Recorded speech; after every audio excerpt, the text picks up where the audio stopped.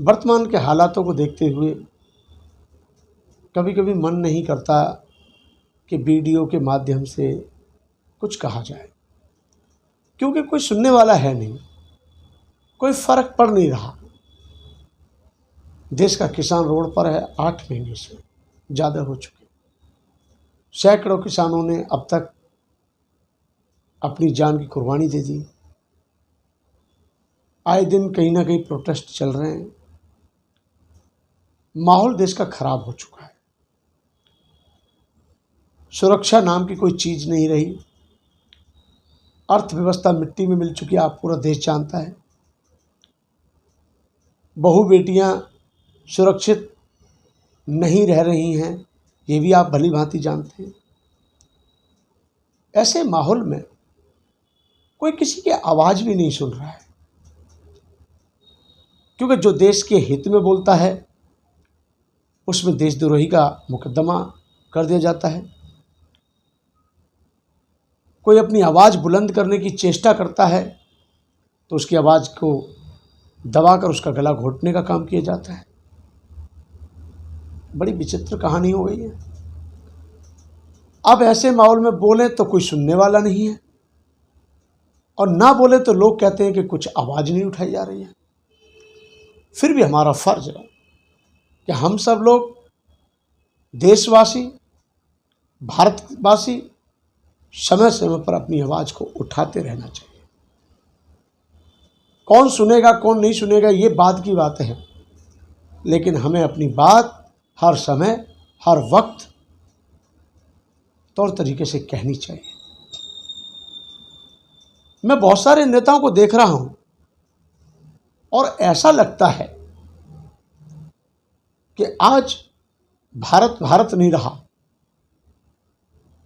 इसको हिंदू राष्ट्र बनाने की तरफ लोग, ज़्यादातर बीजेपी के नेता, चुने हुए सांसद, वर्तमान में बैठे केंद्र सरकार में मंत्री व राज्य मंत्री, सभी लोग भारत का उच्चारण कम करते हैं और बात बात पर हिंदुस्तान कहते हैं। पार्लियामेंट में भी हिंदुस्तान कहा जाता है। संविधान की गरिमा को मिट्टी में मिलाकर, संविधान का जो एक गौरव है उसको कुचलकर लोकसभा अध्यक्ष के सामने लोग हिंदुस्तान हिंदुस्तान कहते हैं। इस पर कभी भी लोकसभा अध्यक्ष महोदय जी ने कोई कड़ी कार्रवाई नहीं की, या फिर जिन विधानसभाओं में भी हिंदुस्तान कहने वाले एमएलए हैं और हिंदुस्तान संबोधित करके अपनी बात जो करते हैं, उन विधानसभा अध्यक्ष महोदय ने भी कोई कड़ी कार्रवाई नहीं की।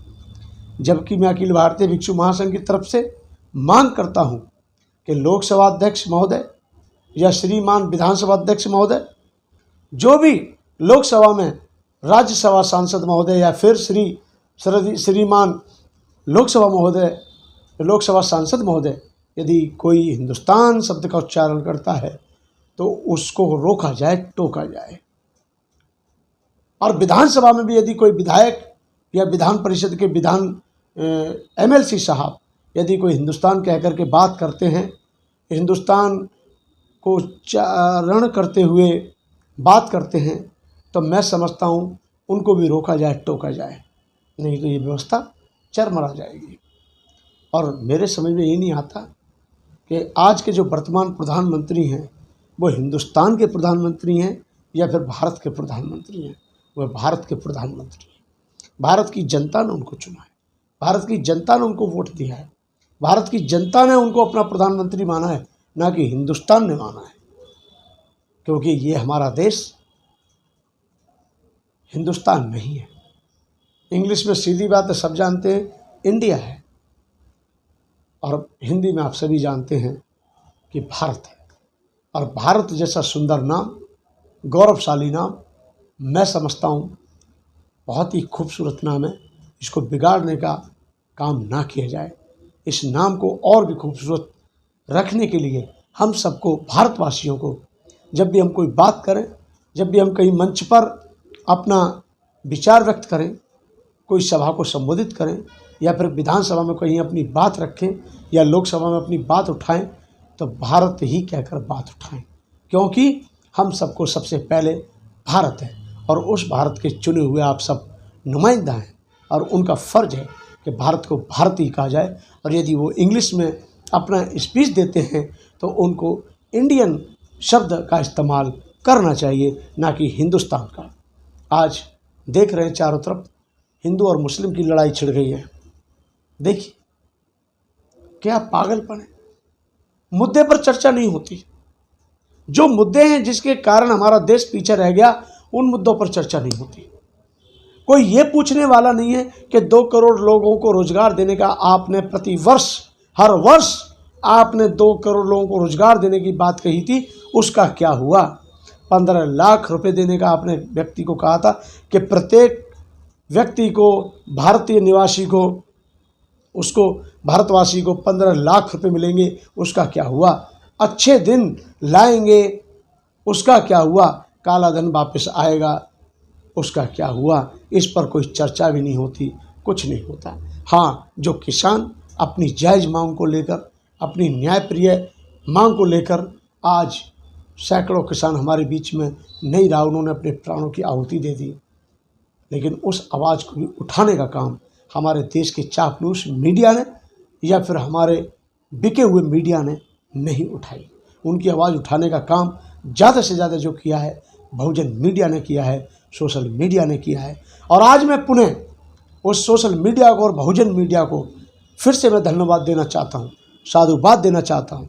और सभी साधुवाद के पात्र हैं जो आज देश की आवाज़ को देश के कोने कोने में पहुंचाने का काम कर रहे हैं। यदि सोशल मीडिया ना होता तो आज हम बहुत सारे भ्रष्टाचारों को ना जान पाते, बहुत सारे गलत कारनामों को ना जान पाते, आज बहुत सारी कूटनीतियों से हम परिचित ना हो पाते।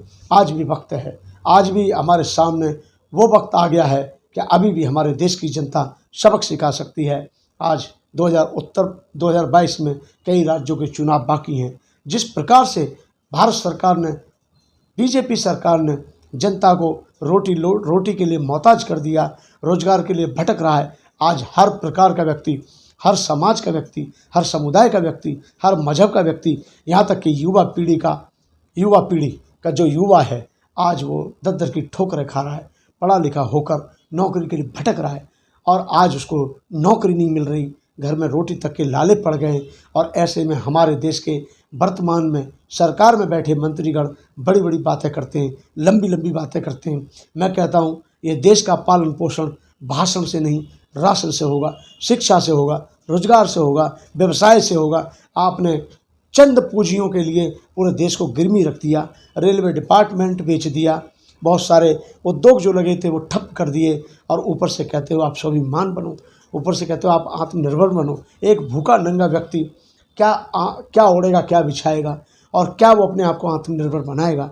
तो मेरा पूरे देश की जनता से अपील है कि आप सब लोग समझदार हैं। मेरा मकसद किसी पार्टी को या किसी सरकार को गलत शब्द नहीं बोलना है। मेरा मकसद है जो सरकार जनता के साथ विश्वासघात करती है उस जनता को भी समझदारी का परिचय देते हुए ऐसी सरकार से सचेत रहना चाहिए और